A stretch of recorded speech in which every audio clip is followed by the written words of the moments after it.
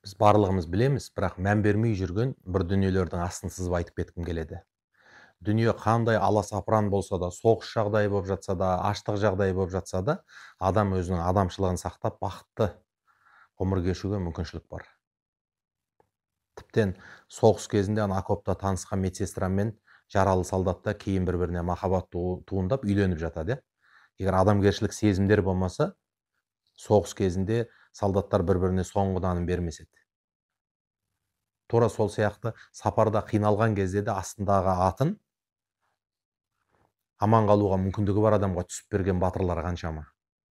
Демек, мына дүние қанша аласапыран болса да, жан жағымызда бір жаман адам көбейіп кетсе де, немесе адамдар қатыгез қарым-қатынас көбейіп кетсе де, адам өз-өзінің адамгершілігі мен ішкі рухани бақытын сақтап отыруға қай уақытта да мүмкіншілік бар. Неге?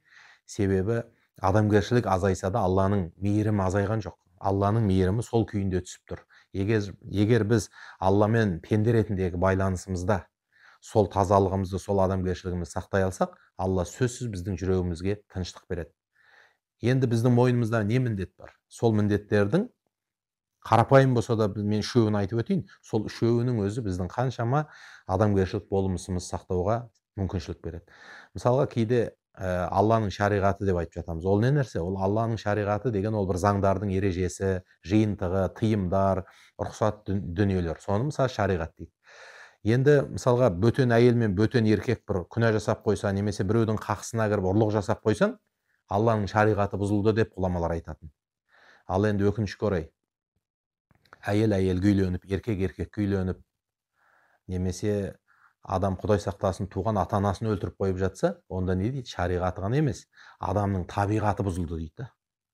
Кейбір кезде адам білімі болмауы мүмкін, сондықтан шариғаттан хабары болмауы мүмкін.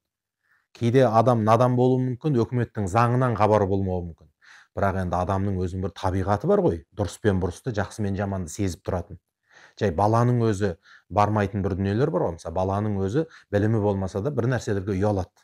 Кішкентай қыздың өзі бір нәрселерге қысылады. Немесе тура сол сияқты бір нәрседен қорқады адам баласы. Ол адамның табиғатына о бастан салынған дүниелер ретінде.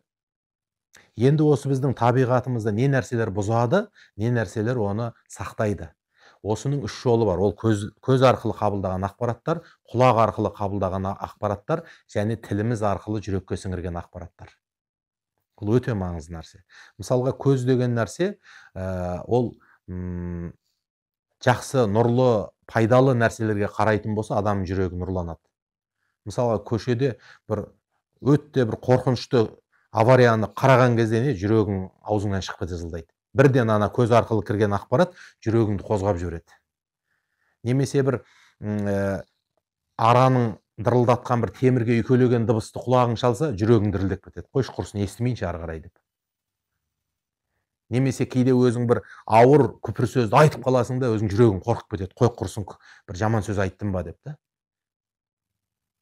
Ал енді осының қарама қарсысы, тіліңнен көп жақсы сөздер шықса, өзіңді қинап шығарсаң да, қаламай тұрсаң да сол сөзді біреуге боқтағың келіп тұр, бірақ жаным енді кешір айналайын, сенен жасың кіші болса да жарайды, сенікі дұрыс деп өзіңді қинап болса да айтсаң, келесі жылы сөзді айту одан да оңайырақ болады, келесі жылы сөзді айту одан да оңайырақ болады да. Неге? Сен өз-өзіңді, нәпсіңді тәрбиелеп жатсың, және не дейді? Пайғамбар алейхиссалам, адамның жүрегіне ең жақын мүшесі оның адамның, ол тілі дейді. Тіліңнен не нәрсе көп шықса, жүрегіңе сол нәрсе қатты әсер етеді. Кейде мысалға приколмен біреуді күлдіру үшін адам боқтап сөйлеуі мүмкін. Бірақ келесі боқтап сөйлеу одан да оңайлай береді. Сөйтіп әр адам өз істеген іс-әрекетінің тұтқынына айналғанын өзі білмей қалады. Құранда да Алла тағала сондай аят айтады. Әр адам өз амалының тұтқыны дейді. Кейде мысалға неге бір адам әке-шешесіне айтпаймын деген сөзін айтып жібереді? Неге Құдай сақтасын, әйеліне байқамай бір адам қол жұмсап қояды? Негізінде қол жұмсамау керек, ол ақыл ой бойынша. Бірақ ол жүрегі қатайғанын өзі байқамай қалғанда. Ол бір төбелес туралы фильмдерді көп көрді ма, немесе бір ютубтан, тиктоктан бір қатыгездік сыйлайтын көріністерді көп көрді ма, бір уақытта байқамай әйеліне қол жұмсап жібергенін өзі де білмей қалады. Неге? Себебі адам ақылының емес, адам амалының тұтқыны болады. Ақылың олай істетпеймін деп сені алдап тұрады. Сен олай істей қоймайсың ғой деп. Бірақ шынтуайтына келгенде, сен тіліңнен не шыққан болса, көзіңнен не көрген болса, құлағыңмен не естіген болсаң, соңында қорытындысында сен сол нәрселердің құрбаны боласың. Сол нәрселер сені жетектеп кетеді. Ал ақылың айтады, қой, әйеліңді өмір ұрмайсың ғой дейді. Ақылың айтады, ата-анаңа еш уақыт ондай сөз айтпайсың дейді. Бірақ сын сағат болып қалғанда, әйелің ұнамайтын қылық көрсетсе, немесе әке шешең бір ұнамайтын сөз айтып қалғанда, неге адам қатты сөз айтып жібереді, неге әйеліне қолы кетіп қалады? Себебі оған дейінгі жасаған қатты амалдарыменен қабылдаған қате ақпараттарының қорытындысымен соған барып қалады. Сондықтан үш нәрсені бөліп айтатын болсақ, көз. Алла тағала еркекке де әйелге де көздеріңді бөтен еркектерден немесе бөтен әйелдерден тыйыңдар, төмен түсіріңдер деп жиі айтады. Себебі көз деген нәрсе жүрекке әртүрлі не қоқыстарды, не нұрлы қазынаны жинайды. Сондықтан ілгері ғұламалардың сөзі бар. Еркек адам бөтен әйелдерден көзін тыймаса дейді, әр нәрсеге қарай берсе, қызықтап шахуатпен, нәпсіменен қарай берсе, онда біраздан кейін сол тұрып жатқан қаласының итіне дейін оның шахуатын оятатын болады дейді. Итке қараған кезде жаңағы қозып қарайтын жағдайға жетеді дейді. Оны өмірден көріп жатырмыз. Неше түрлі педофилдер, неше түрлі зоофилдер, некрофилдер, өлікке қызығатын, өліктен қозатын, аң құстан қозатын, немесе Құдай сақтасын, сәбиге қарап көңілі қозатын адамдардың пайда болуының бір себебі, оның мың себебі бар. Соның бір себебі ақпараттарды талғамсыз қабылдаудан. Жүрегін бұзып кетіп жатқан, табиғатын айнытып жіберіп жатқанын адам өзі білмей қалады. Сондықтан бұл көз деген сондай нәрсе. Ол әйелге де еркекке де қатысты. Себебі адам қарадым, ода тұрған еш нәрсе жоқ деп ойлайды. Ол көзден кірген ақпарат тыныш қана жүрегіңде жатуы мүмкін. Бірақ оның жеміс беруге итермелейтін бір ыңғайлы уақыт туындағанда адам өзінің не істеп не қойғанын білмей қалады. Адам өзінің қалай педофил, қалай зоофил болып қалғанын өзі білмей қалады. Неге? Себебі оның жинақтаған ақпараты оны алып кетеді. Адам ауып кетеді. Құлақ та сондай. Құлақтан кіріп бойдалар әсем әнмен тәтті күй. Бойды алады деп отыр ғой. Бойыңды алып кетеді сені. Былайша айтқанда саған бой бермейді, сені игеріп кетеді деген сөз. Сондықтан құлақтан не нәрсе кірсе, енді сол нәрсе арнайы тыңдау, немесе арнайы құлақ салу, өсекке, ғайбатқа, осының бәрі зиян. Себебі пайғамбар алейхиссалам, сен бір адам біреулерді ғайбаттап жатса дейді, сен оларды тоқтатпасаң, сол ғайбатшылардан болып жазыласың дейді, Алланың алдында.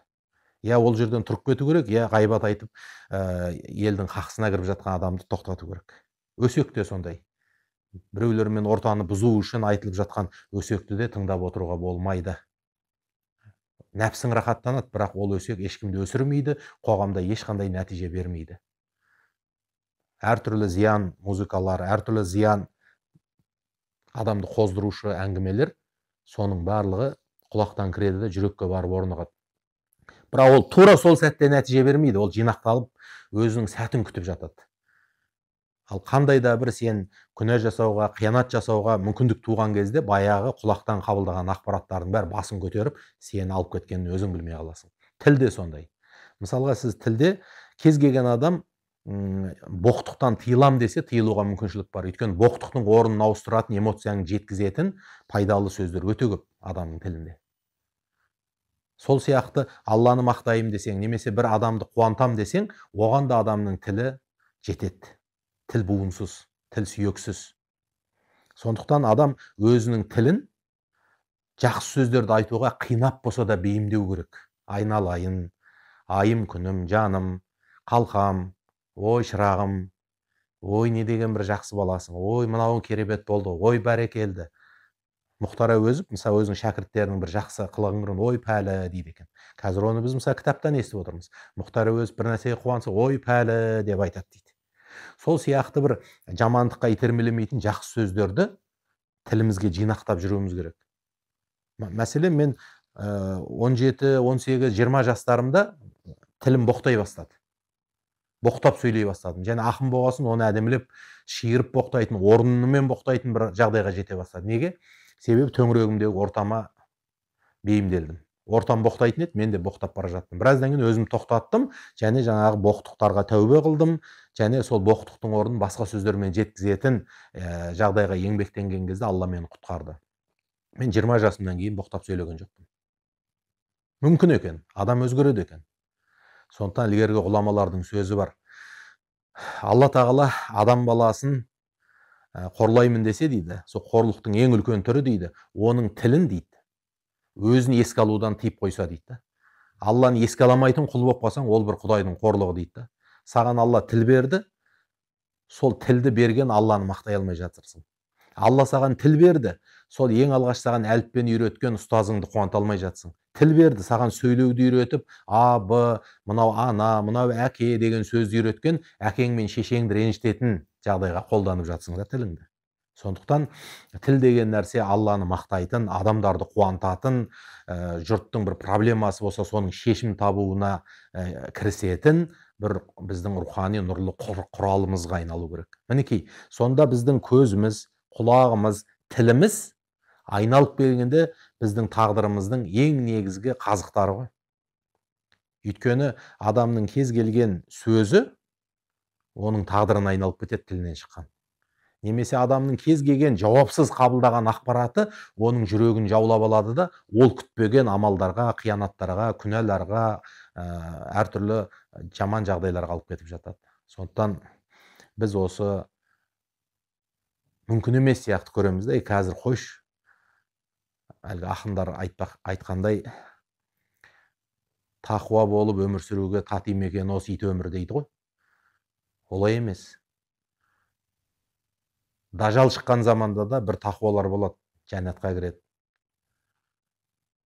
Қандай ауыртпашылық, қиын қыстау жағдай болса да, өзінің адамгершілігін, ізгілігін, Құдайдың алдында құрметті құл екенін жоғалтпайтын адамдар болады қай уақытта да. Сондықтан адам төңірегіндегі жаман жағдайға қарап өзін ыңғайламау керек. Анау топырақтың астында тығылып жатса да алтын іздейтініміз секілді, бір асыл қасиеттерімізді бойымыздан тауып, соны жаңғыртып, жан жағымызға соның шуағын шашып жүруге тиістіміз, міндеттіміз.